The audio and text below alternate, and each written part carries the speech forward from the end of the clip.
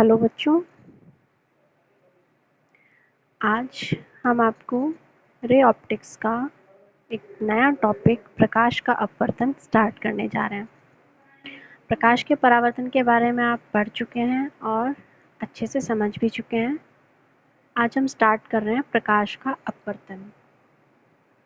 प्रकाश के अपवर्तन में क्या होता है कि प्रकाश जब एक पारदर्शी माध्यम से दूसरे पारदर्शी माध्यम में जाता है तो वह अपने मार्ग से विचलित हो जाता है। इस घटना को प्रकाश का अपवर्तन कहते हैं। पारदर्शी माध्यम आपका कोई भी हो सकता है, जैसे अगर प्रकाश वायु से कांच में जाए या वायु से जल में जाए या जल से वायु में जाए या कांच से जल में जाए। ठीक है, तो दो अलग अलग पारदर्शी माध्यम होते हैं इसमें, और प्रकाश एक पारदर्शी माध्यम से दूसरे पारदर्शी माध्यम में गमन करता है। जब प्रकाश किरण किसी विरल माध्यम, जैसे कि विरल माध्यम आपका वायु से सघन माध्यम जैसे कि कांच में प्रवेश करती है तो वह अभिलंब की ओर झुक जाती है, तथा सघन माध्यम से विरल माध्यम में जाती है तो अभिलंब से दूर हट जाती है। बच्चों, ये समझने वाली चीज़ है, इसको आप अच्छे से समझेंगे कि जब प्रकाश किरण किसी विरल माध्यम से सघन माध्यम में प्रवेश करती है तो अभिलंब की ओर झुक जाती है। इसके विपरीत जब प्रकाश किरण किसी सघन माध्यम से विरल माध्यम में प्रवेश करती है तो अभिलंब से दूर हट जाती है। ठीक है, अभिलंब आप जानते ही हैं, ये आपकी जो रेखा है ये दो माध्यमों को अलग कर रही है।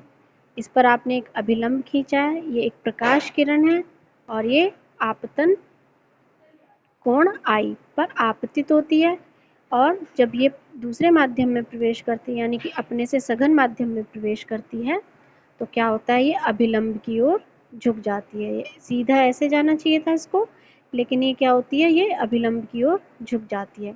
इसके विपरीत जब प्रकाश किरण किसी सघन माध्यम से विरल माध्यम में जाती है तो अभिलंब से दूर हट जाती है। ठीक है, इसमें विचलन कितना होगा, I माइनस आर, क्योंकि इसमें I बड़ा है और R छोटा है, और इधर विचलन कितना होगा, डेल्टा बराबर हो जाएगा R माइनस I, क्योंकि यहाँ पर R बड़ा है और I छोटा है। इसके बाद आते हैं अपवर्तन के नियम। जैसे परावर्तन के दो नियम थे, उसी तरह से अपवर्तन के भी दो नियम हैं। पहला, आपतित किरण इंसिडेंट रे आपतन बिंदु पर अभिलंब, जहाँ पर ये आपतन बिंदु है इस पर जो ये अभिलंब है, ठीक है, तथा अपवर्तित किरण, और ये अपवर्तित किरण तीनों एक ही तल में होते हैं। दूसरा नियम, स्नेल का नियम। जब कोई प्रकाश किरण किसी एक माध्यम से दूसरे माध्यम में प्रवेश करती है तो उसके आपतन कोण की ज्या यानी कि साइन I तथा अपवर्तन कोण की ज्या यानी कि साइन R का अनुपात माध्यम के सापेक्ष अपवर्तनांक के बराबर होता है, यानी कि sine I upon sine R किसके बराबर होगा, माध्यम का सापेक्ष अपवर्तनांक।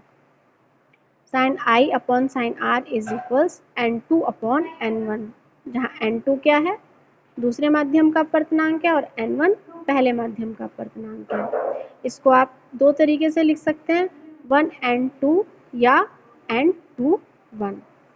1N2 या 2N1 N21 को हम कैसे लिख क्या पढ़ते हैं, माध्यम 1 के सापेक्ष माध्यम 2 का अपवर्तनांक।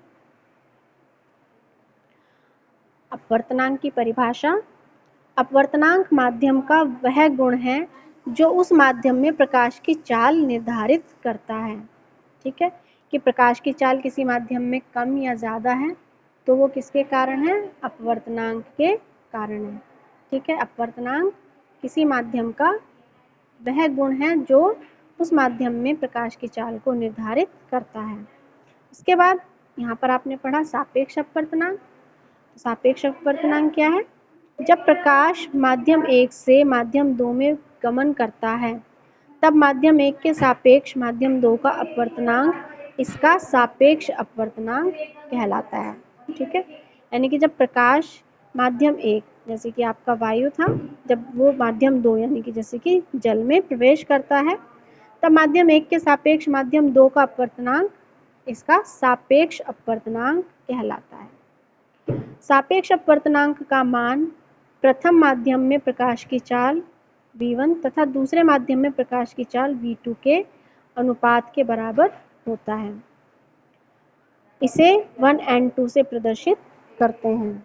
इसकी वैल्यू कितनी होती है? 1n2 बराबर n2/n1 या v1/v2। ठीक है, यानी कि माध्यम 1 में प्रकाश की चाल बटे माध्यम 2 में प्रकाश की चाल। इसके बाद आता है निरपेक्ष अपवर्तनांक। जैसा कि आपको बताया गया है, दो माध्यम होते हैं, दो माध्यम में से जब एक माध्यम क्या हो? वायु हो।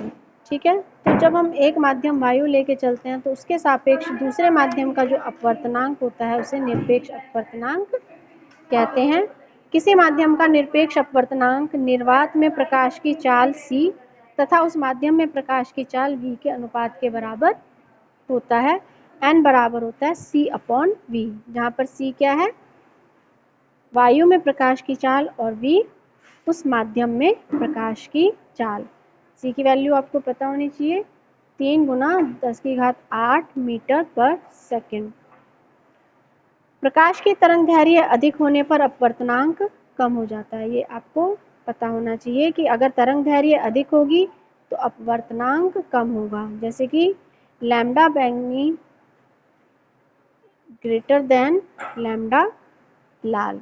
ठीक है, तो अगर लैम्डा बैंगनी अधिक है, लैम्डा लाल कम है, तो n लाल कम होगा और n बैंगनी अधिक होगा, दूसरे के विपरीत। इसके बाद आता है उत्क्रमणीयता का सिद्धांत। यदि एक माध्यम से प्रकाश किरण दूसरे माध्यम में अपवर्तित होती है तो किरण के मार्ग को उत्क्रम करने पर वह अपने पूर्व मार्ग पर गति करती है। ठीक है, जब प्रकाश किरण एक माध्यम से दूसरे माध्यम में प्रवेश करती है तो अगर हम इस कहते हैं कि इस मार्ग को अगर हम उल्टा कर दें तो क्या होगा? वो अपने पूर्व मार्ग पर गति करेगी। इस प्रकाश किरण को, जैसे प्रकाश किरण इधर से ऐसे आ रही थी, लेकिन जब हमने प्रकाश किरण अब इधर की साइड से भेज दी तो ये इसी पथ पर गमन करेगी। ये एग्जाम्पल हैं आपके। सूर्य के प्रकाश को 1.5 अपवर्तनांक की 4 mm मोटाई की खिड़की को पार करने में कितना समय लगेगा? यहाँ पर आपको अपवर्तनांक दिया हुआ है और 4 mm मोटाई की खिड़की। ठीक है, तो आपके पास फॉर्मूला होता है n बराबर c/v, जहाँ पर v कांच में प्रकाश का वेग और c आपका वायु में प्रकाश का वेग। इससे हम v निकाल लेंगे, v बराबर हो जाएगा c/n। तो v बराबर c आपको दिया हुआ है। ठीक है, वैल्यू रख लेंगे और n की वैल्यू आपकी दी हुई है 1.5। इससे v निकल जाएगा। इस v का हम यूज़ करेंगे खिड़की को पार करने में लगा समय। आपको पता है समय बराबर होता है दूरी बटे चाल या दूरी बटे वेग। ठीक है, तो t बराबर हो जाएगा दूरी, यानी कि 4 mm मोटी जो खिड़की का शीशा है उसको पार करने में। ठीक है, यानी कि जो दूरी होगी वो 4 mm मोटा जो शीशा है वो होगा, और आपका जो वेग है वो आपका निकल के आया है 2 × 10⁸। इसको आप सॉल्व कर लेंगे तो t बराबर हो जाएगा 2 × 10⁻11 सेकेंड। इसी तरह से एक और एग्जांपल है जिसे आप अपने आप करेंगे। ठीक है।